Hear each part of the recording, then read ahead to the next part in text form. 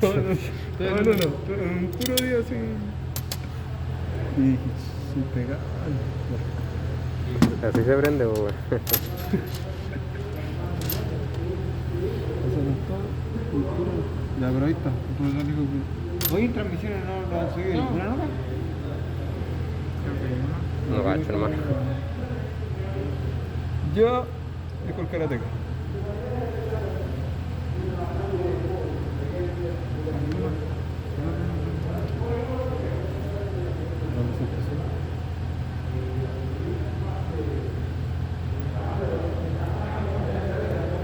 ¿Alguien entendió cómo que funcionaba eso? Si no entendí, así que después Hermano, yo puedo escuchar. Ok, Ya no sé. bien. Entonces, en este sector, ¿cierto? Acá tenemos la bomba de aceite. ¿Ya? Esta es una bomba de aceite de tipo rotor interno, del tipo media luna, ¿ya? En el cual ya falta un rotor interno, porque se lo pelaron seguramente, no está, a ver si está por acá. Yo no lo noto, a ver si quizás.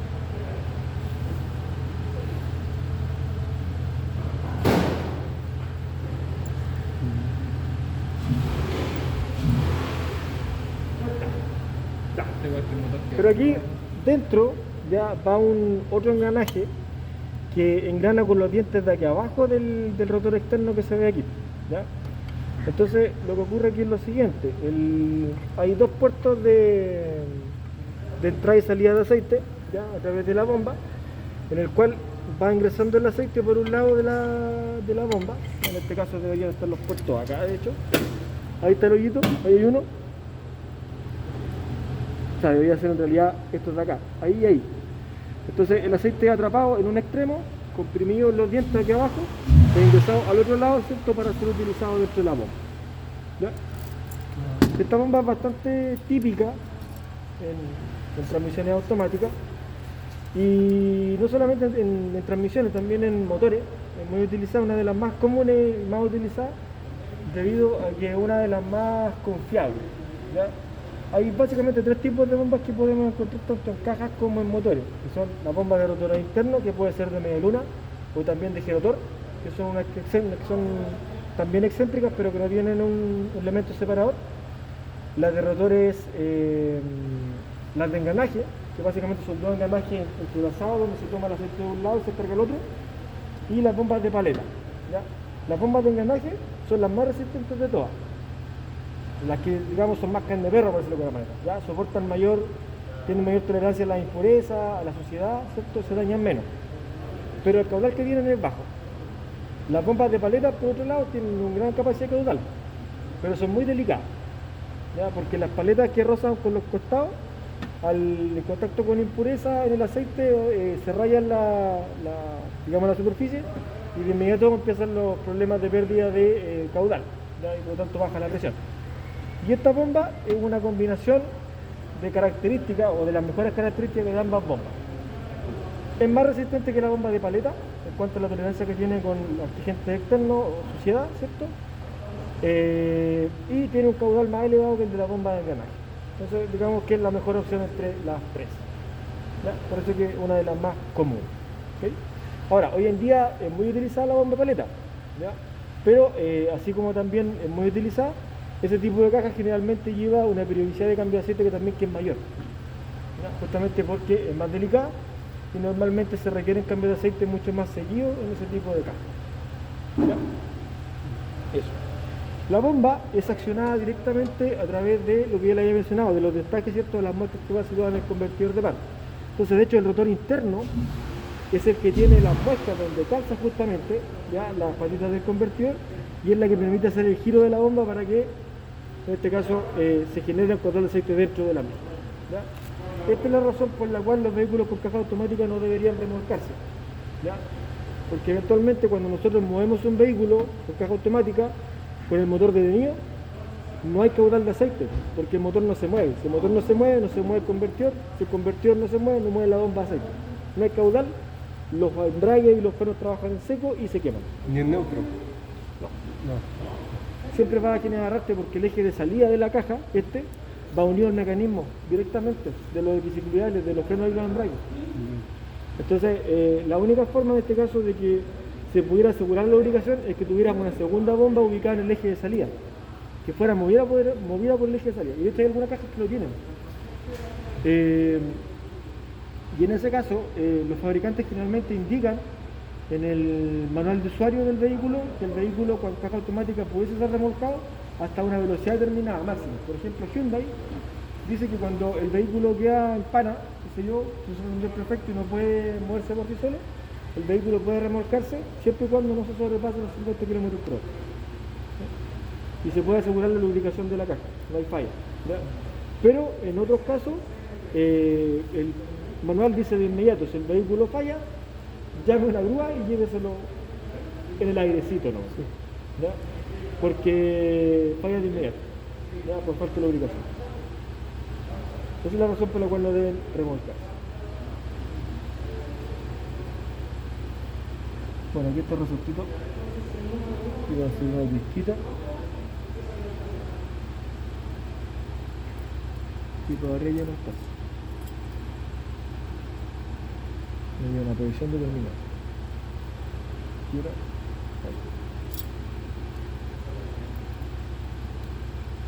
ahí creo que. Ya.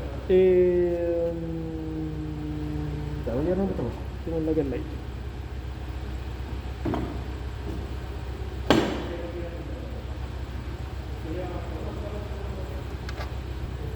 Dentro de la caja de cambios vamos a encontrar la siguiente cosa.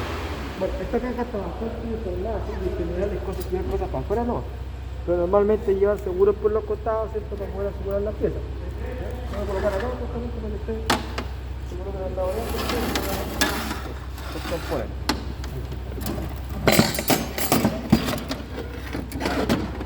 Aquí en la entrada tenemos discos de freno. De todos los que hay, creo que hay uno más por allá. Y aquí, estos dos componentes grandes corresponden a los embragues, ¿ya? De la caja. Normalmente llevan dos. Dependiendo del número de marcha, tal vez pudiera haber un tercero, ¿ya? Pero generalmente son dos, ¿ya? En este caso, este es el embrague número 1, que como pueden ver, lleva el eje de entrada, ¿cierto? Que viene desde la turbina, ¿ya? Y este es el embrague 2. Ambos embragues accionan componentes diferentes dentro del epicicloidal. ¿Ya? Una corona. ¿Qué sería esto? El tren de engranaje. ¿Cuál? Es electricidad. ¿Completo? Es una parte nomás. Esto del epicicloidal es un ¿Planetario? portasatélites. Esos son los satélites. ¿Ya? Eso va a quedar. Entonces ya tenemos corona, portasatélite con satélite. ¿Qué nos falta? El planetario, ¿cierto? Esta pieza que va. Y ahí se completa entonces el epicicloidal completo. Entonces aquí tenemos una a la vista, ¿ya? Completito. Aquí tenemos un epicicloidal completo, ¿ya? Después más atrás, aquí hay que sacar un seguro. ¿Esto es la corona? La corona es esta, la que va adentro. Ah, ya. Este es el tambor, en este caso solamente del planetario. Tambor del planetario. ¿Ya? Y justamente aquí este embrague, que es el embrague 2, es el que coincide con el planetario. Entonces, lo que podríamos decir de inmediato es que el embrague 2 acciona al planetario para generar una relación de giro. ¿Cuál? No sé, ahí vamos a ver. ¿Ya? Y el embrague número 1, que es este que está acá, tiene comunicación con la corona. Entonces, en este caso, el embrague 1 acciona la corona 1 y el embrague 2 acciona el planetario, en este caso, ¿ya? De la caja de cambios. ¿Ok?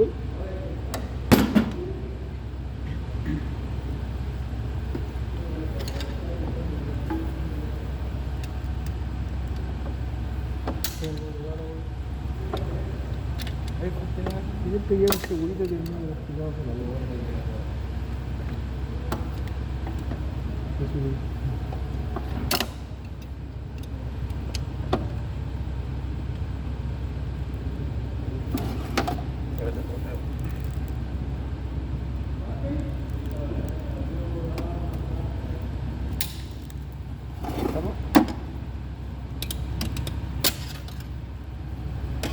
puro grande.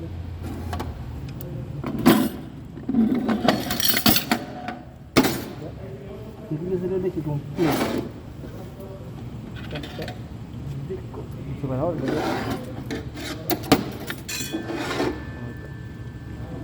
Se parecen en los discos de embrague de las motos. Así es, porque son iguales. O sea, hay diferencia en el tamaño, ¿cierto? El espesor, pero funcionan exactamente igual. Ahora, estos no son embragues, son frenos. ¿Ya? Los embragues son estos dos. ¿Ya? ¿Cómo sé que uno es embrague y cómo sé que el otro es freno? Imagino que tienen que tener la fricción, como esta. Igual que... Son más anchos, pero podrían ser iguales.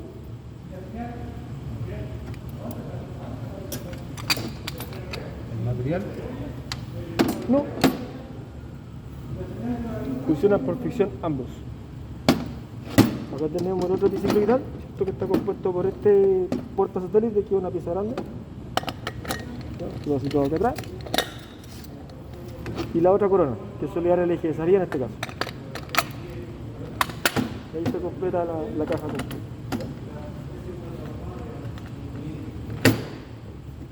Un Lego.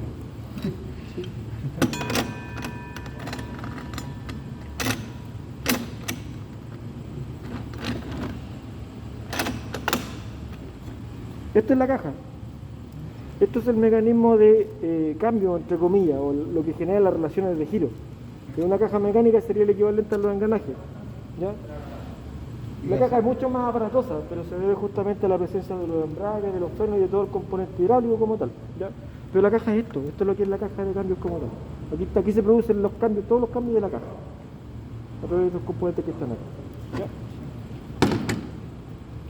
Ya. Entonces, ¿cómo diferenciamos un embrague de un freno? ¿Cuál sería la respuesta lógica aquí? Quiero que haga un embrague. ¿Cómo? ¿La fricción?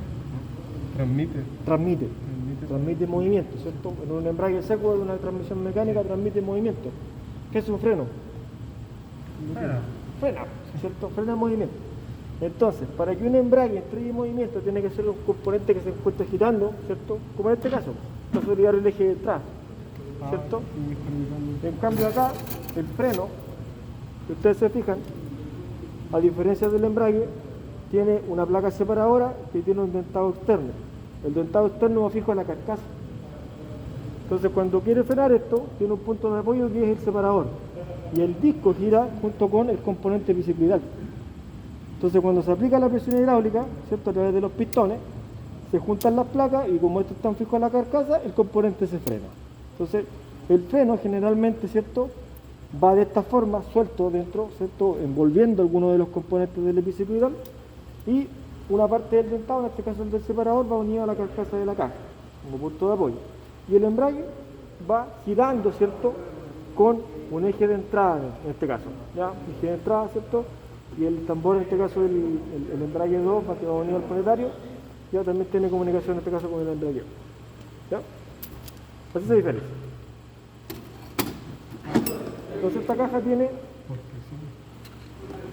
presión hidráulica, sí. La caja tiene dos embragues, embrague 1, embrague 2, ¿ya? Y dos frenos. El freno 2 es el que va allá, que va a la entrada de la caja. Puede parecer raro, pero así es. El freno 2 va a la entrada de la caja, va aquí, y el que va situado aquí, en esta parte. Por lo tanto, va sobre el tambor del embrague 2. ¿Ya? Ahí va el disco y el separador va con la carcasa aquí en el borde. Y este es el freno 1, que es solidario en este caso, aquí atrás, en el portasatélites 2. ¿Ya? ¿Vieron el mecanismo Simpson-Wilson-Ravignon? Eso le iba a preguntar. ¿Cuál era esto? Bien. Son ¿Podrían? Simpson. Ya, ¿cómo sabe que es Simpson? Eran más cortos, no recuerdo la palabra, pero eran más cortos, por ahí yo los distinguía, que eran más cortos los portasatélites, ¿Tenía satélites cortos, satélites largos? algo así. Esa es la Ravignon. La Ravignon tiene dos pares de satélites, un par de satélites largos y un par de satélites cortos. ¿Ya? Y un elemento puerta satélite es común para ambos pares de engranaje. La Simpson se caracteriza por tener un planetario común. Y el planetario común en este caso es esta pieza que está aquí. ¿Ya?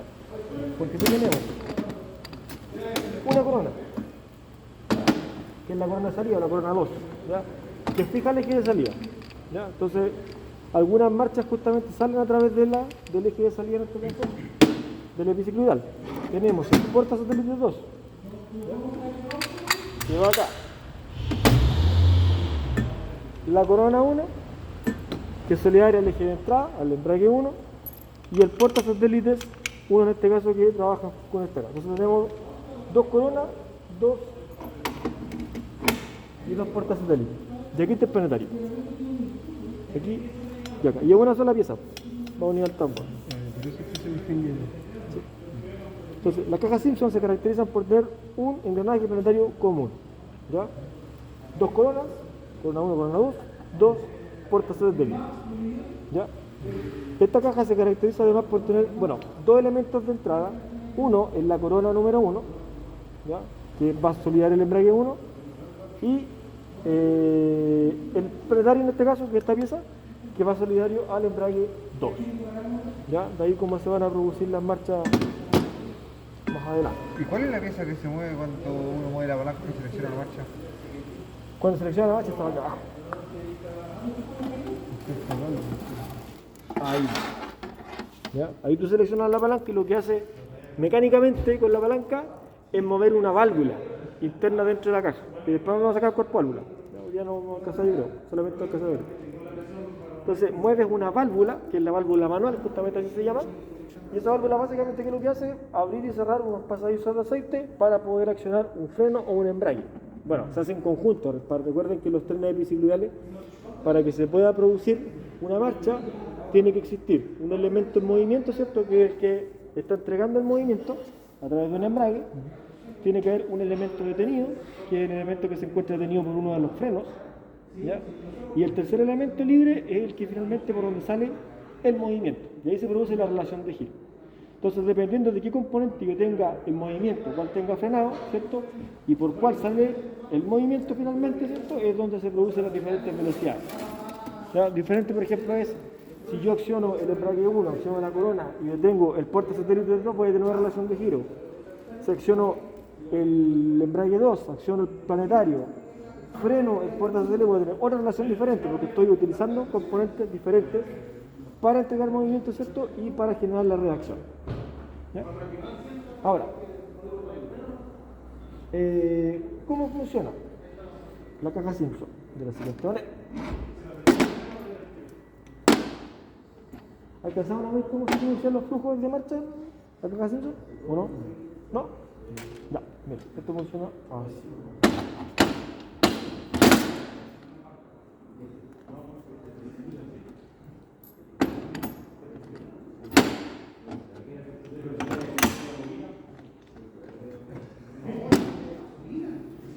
Ya, la combinación de elementos para producir las siguientes marchas siguientes. Esta caja tiene 3 cambios, ¿ya? Hacia adelante y uno hacia atrás, ¿ya? 3 cambios más reversa.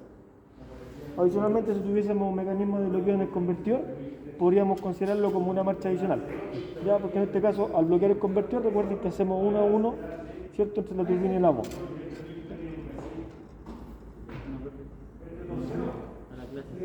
Ya, pues, incorpórese. Sus compañeros están grabando aquí, así que después le van a pedir la grabación. ¿Sí? Vale. ¿Ya? Pero incorpórense ahí al... Ya. Entonces, 3 marchas hacia adelante, una marcha hacia atrás. Recuerden que el embrague 1 mueve la corona 1. ¿Ya? El embrague 2 mueve el planetario común. ¿Ok? El freno 2 frena el tambor del embrague 1 que va comunicado al planetario. Entonces, el planetario puede estar en movimiento o puede estar detenido, ¿ya? Porque en este caso el freno va situado sobre el embrague, el tambor del embrague, y va unido a este tambor del planetario. Entonces, a este componente lo podemos mantener frenado o le podemos dar movimiento para generar una relación de giro, ¿ya? Y el freno número 1 se encuentra ubicado aquí abajo, sobre el portasatélites 2. ¿Ya? Este que va aquí. ¿Ok? La combinación de componentes para la primera marcha en la caja Simpson es la siguiente: embrague 1 y freno 1. Embrague 1 es corona como elemento de entrada y portasatélites 2 como elemento de reacción. El flujo del movimiento en esta marcha se va a producir, en este caso, a través de la corona, ¿ya? Pasando el movimiento a través del primer portasatélite, pasa a través del planetario, ¿cierto? Y de ahí se comunica al segundo epicicloidal, ¿ya? La segunda corona, en este caso, que es la corona de salida, que fija el eje de salida, ¿ya? Aquí es importante saber que tanto la corona de salida, así como también esta pieza, el portasatélite 1, son fijos al eje de salida. Tengo dos componentes de salida para la transmisión, ¿ya? Entonces,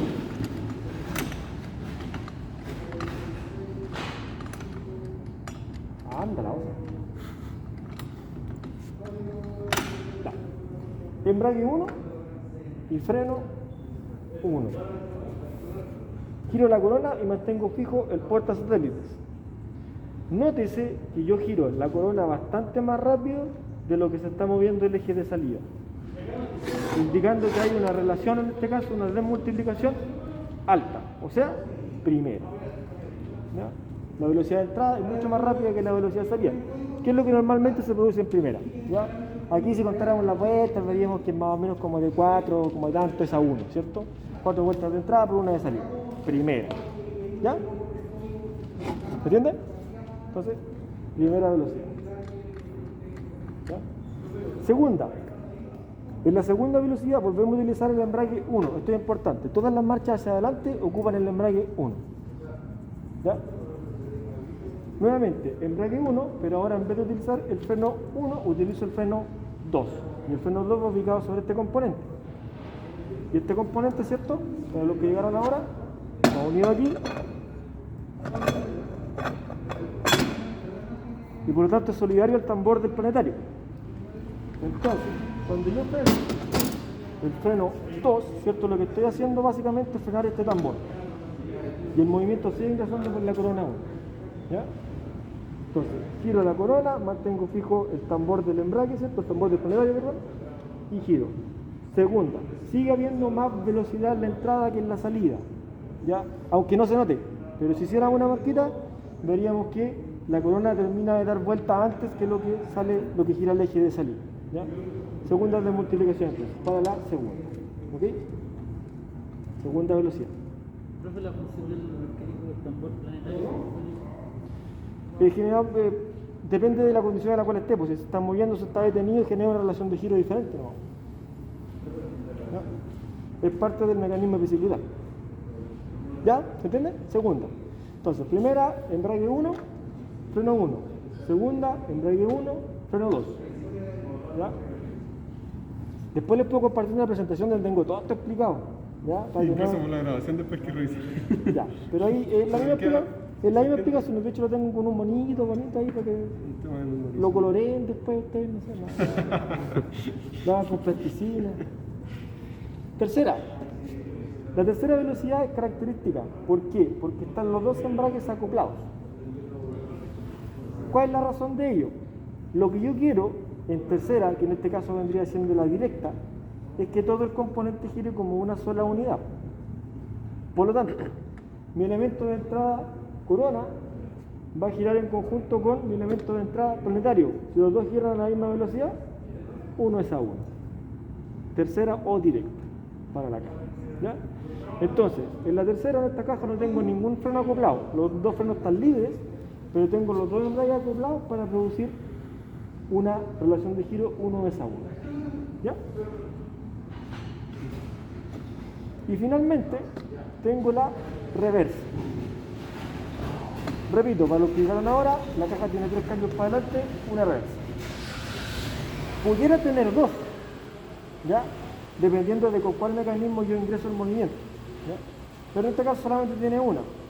Esto significa entonces que la reversa es la única marcha en la cual yo voy a ocupar el embrague 2, por sí solo. Y para esta marcha yo voy a ocupar el freno número 1, que es el que va sobre el portasatélite 2. Sostengo el portasatélite 2 y giro el planetario. Y lo que ocurre ahora es inversión de movimiento. Y ahí está la reversa. ¿Ok? Así funciona la caja Simpson a grandes rasgos en base a lo que son la combinación de componentes de los trenes helicoidales. ¿Sí? ¿Podría repetirme usted cómo se hace la primera velocidad? ¿Con lo otro? Sí, para aquí. Agarra y firme. Primera, ¿cuál es la primera? ¿Cuál embrague hizo? El embrague 1. Bien. Freno 1. Y el freno 1. Bien. El embrague 1, mueve la La corona. La corona 1. ¿Y el freno 1? ¿Qué es lo que hace? Mantiene fijo el ¿Cuál? planetario. Portasatélites 2. 2. La relación, por ejemplo, sería que por cada 4 vueltas este giraría Aproximadamente gira solamente una. Esa es primera. Bien. Segunda. ¿Ah? Ya pensé que hay que practicar, Sí, pues. pero la segunda. Así el día de la prueba no tiene para qué estudiar tanto. Yo te cuento lo mismo. Recuerde que para adelante seguimos utilizando el mismo embrague 1. Entonces, ¿qué elementos de entrada? El embrague 1 se frenaba alto. El embrague 1, ¿qué es lo que mueve? La corona. La corona, bien. La corona ¿Y cuál elemento está detenido? el planetario. Perfecto. Entonces, haga la simulación. No, pero frene el planetario y mueva la corona. Segunda. Perfecto. Este no está ¿Ya? Bien. Reversa. ¿Cuáles eran los componentes involucrados? ¿Ya? ¿Y a través de qué componente accionábamos, frenábamos eso? ¿Estaba frenado o en movimiento? En movimiento. Bien. Entonces, Al girar embrague, embrague 2 accionado, ¿cierto? ¿Y freno? 1. ¿Cuál es el freno 1? ¿Sobre qué componente va?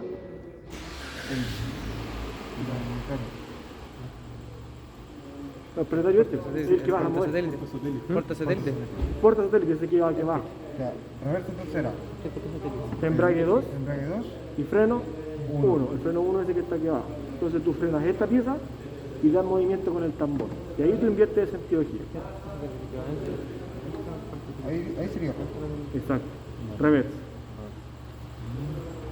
Ahí sería inverso de la primera, ¿cierto? ¿Cómo? La reversa sería el inverso de la primera. No sé cuál es la relación, pero generalmente, sí, la reversa generalmente tiene una relación muy similar a la que tiene la primera marcha. Porque es de alto torque, es lenta, pero...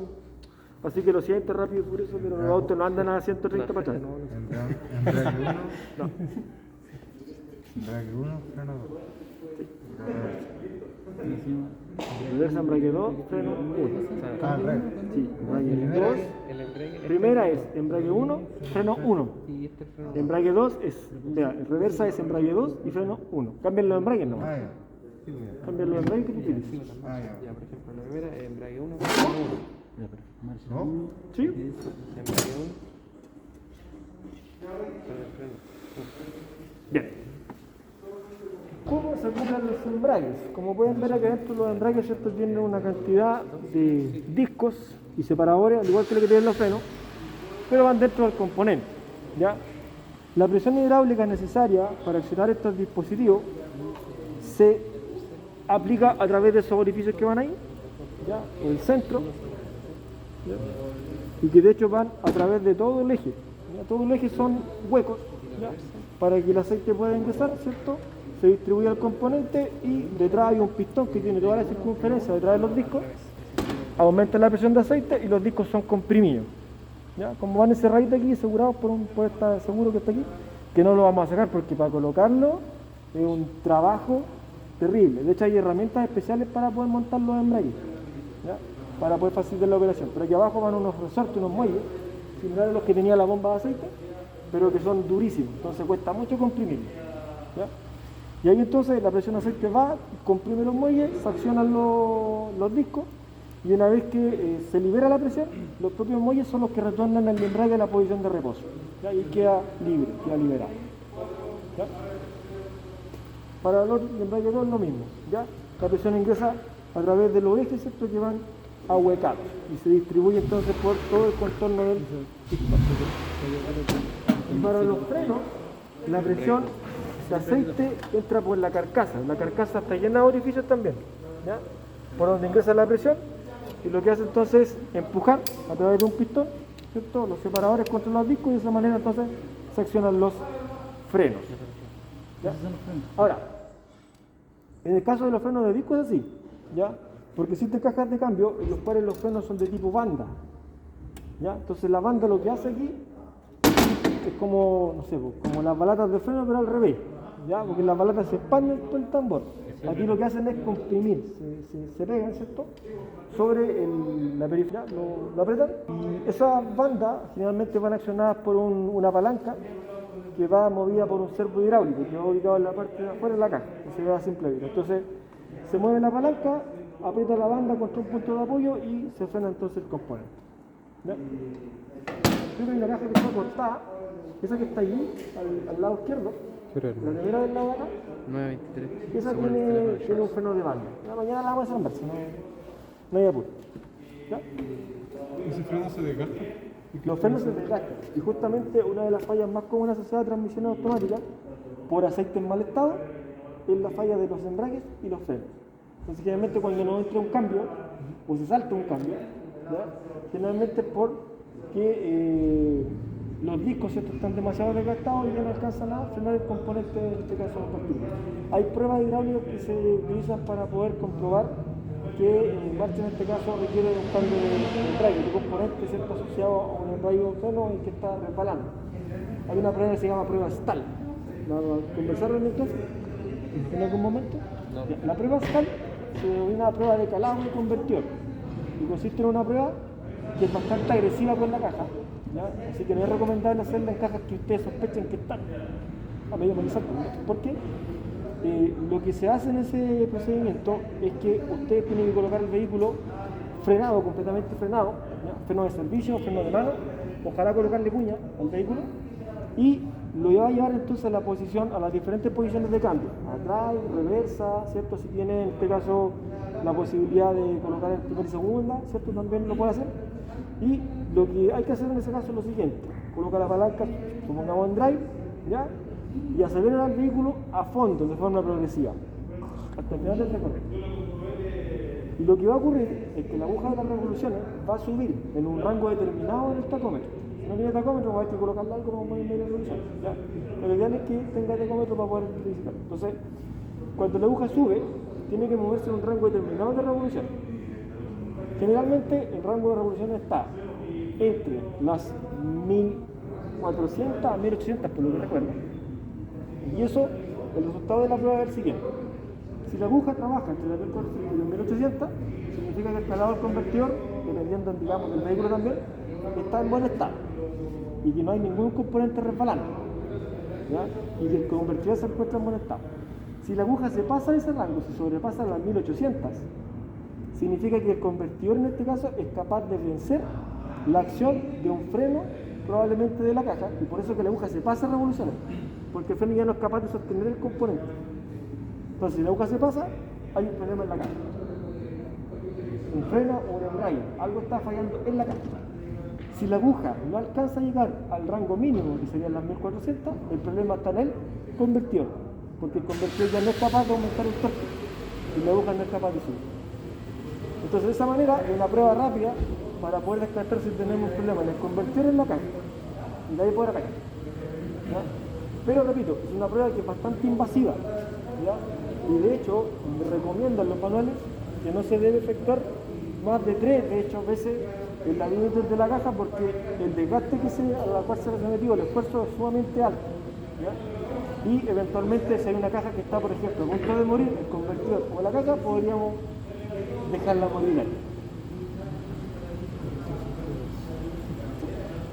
Entonces, siempre y cuando se indique que se pueda realizar, se realiza. O a lo mejor si ustedes están dispuestos, por ejemplo, a gastar, digamos, una determinada cantidad de dinero en la caja y quieren saber dónde está el problema, conviene hacerlo. ¿Ya? Por lo demás, lo que habría que hacer sería hacer pruebas de presión.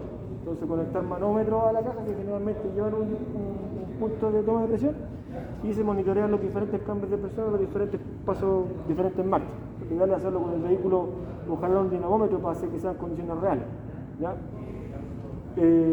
Otra prueba que se puede hacer es la verificación del tiempo de paso de cambio. ¿Ya? Los cambios generalmente las cajas automáticas, ¿cierto? No les lleva más allá un segundo de pasar de una a otra una vez que llegan a un rango de revoluciones determinado. ¿Ya? En una condición también de manejo determinado, el pendiente cambia, el baja también.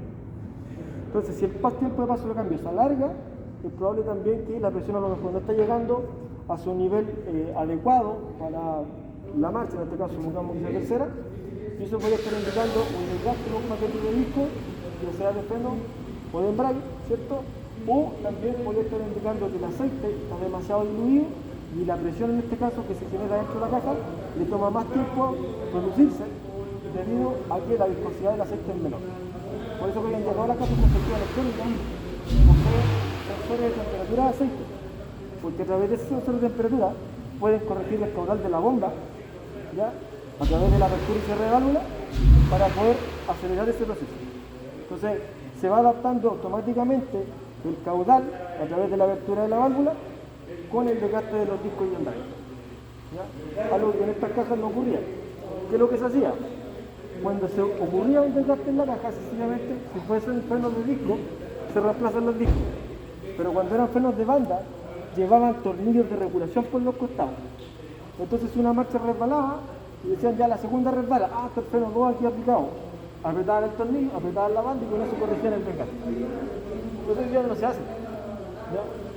Sencillamente se reemplaza el paquete de disco o el paquete de embrague. ¿Ya? Hay mucho paño que contar en relación a lo que son transmisiones automáticas. Aquí solamente estamos hablando de las bicicletas, pero hay montones. ¿Ya? Bien, ¿alguna pregunta? ¿Está claro? ¿Entiende?